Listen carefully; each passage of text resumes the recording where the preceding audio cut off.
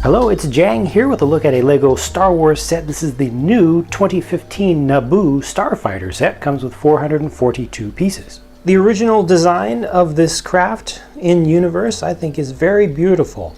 It gives some very nice homage to some real craft that we've actually had in the real world. But it also introduces some nice new shapes and concepts. And I think that LEGO has captured it pretty well with this version. Still not spot on, especially with the canopy section.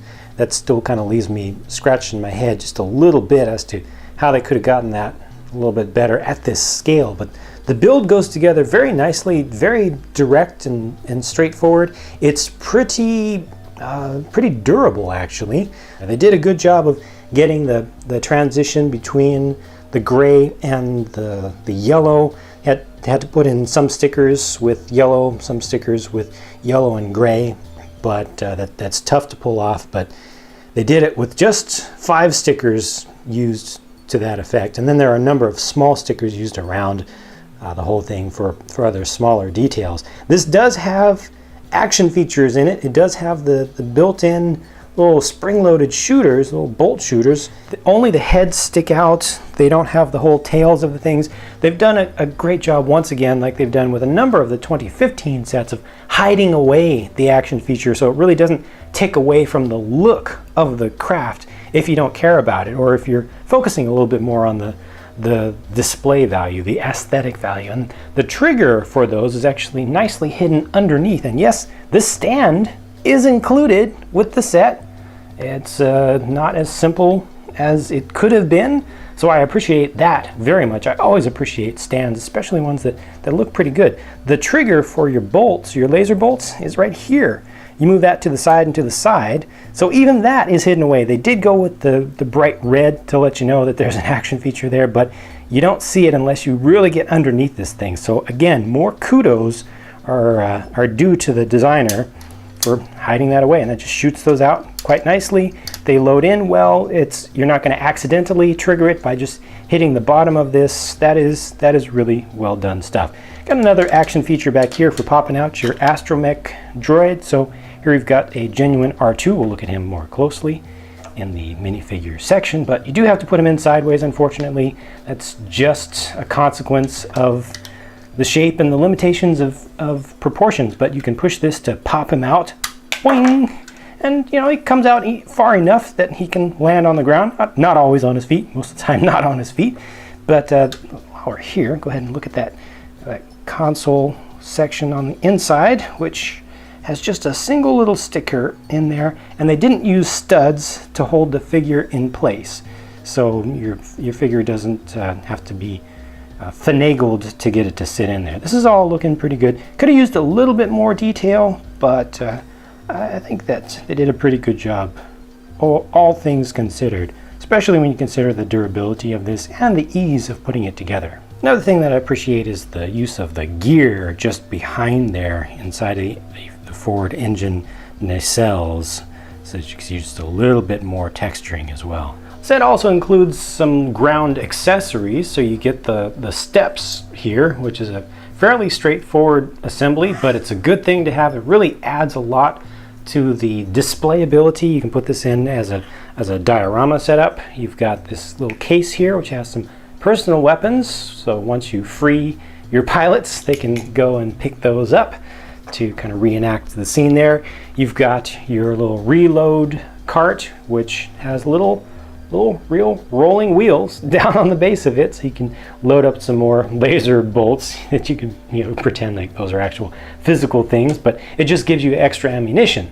So this is actually more ammunition, I think, than we've ever gotten as spares for this style of shots. You've got 2 full loads of spares. Usually they just give you 1 extra individual bolt in the set, and then they also give you a little refueling thing here, re-energizing, recharging station with a nice little universal joint there in addition to the flexible hose, so you can hook that up.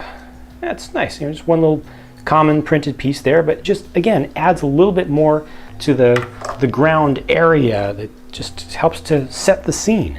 Looking at the figures, on the left we've got young Ben, Obi-Wan Kenobi. In the middle is little orphan Annie, with dark tan Harry Potter hair, and on the right is the Naboo pilot, who you can just use as any specific character. That's what they look like from the back, and the rest of what they look like from the back. And they do also include a spare helmet, so you can set up Anakin as a fighter pilot as well. Check it out. Open up the canopy. The adult-sized pilot figure can fit in like so. Again, uses no studs, so it just kind of sits in there. But for the child-sized Anakin figure, he's actually going to stand up. They do give you 2 exposed studs specifically for him, so he can stand in there.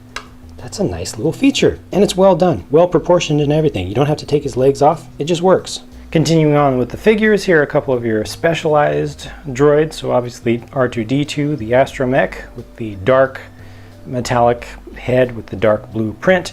And then this battle droid is specifically a battle droid commander. He's got the little dot on the front, the Keat orange, yellowish, or orangish yellow color on the front, and then he's also got a little bit of that same paint applied to the head. Did I just do that? Yes, I did. I just put R2-D2's head on backwards because I fail at all of life. This is the end for me. I should just quit. Lastly, the set also includes 2 regular unmarked battle droids and 2 droidekas, or destroyer droids. For the size of those droidekas, I think that is a very good design. It's tough to pull off their recognizable features in such a small size.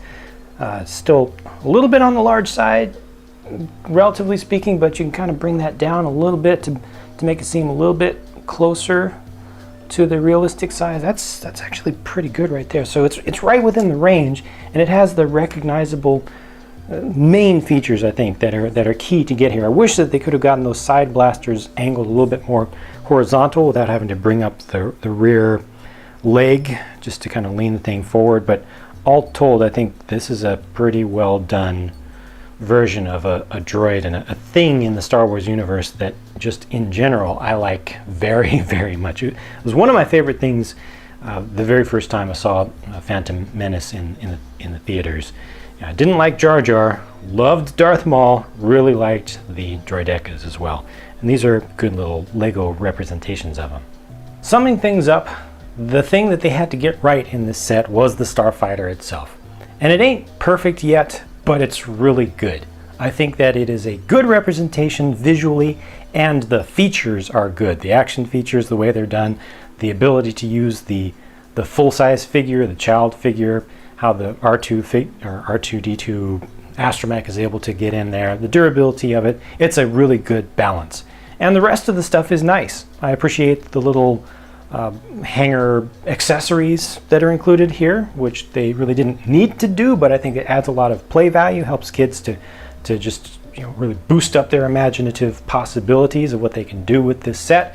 And the collection of figures and droids, I think, is excellent. Very, very satisfied with all that. Before I got this set, I thought that they didn't really need to do another Naboo Starfighter set, but I'm glad that they did, because this is the best one yet, in my opinion. But be sure to share your opinion with myself and the rest of the viewers by leaving a comment down below. Check the video description for answers to all the most frequently asked viewer questions. And be sure to check out more of my videos, because more are on the way very soon, and lots more are on my channel. Thanks for watching. I'll be talking to you again soon.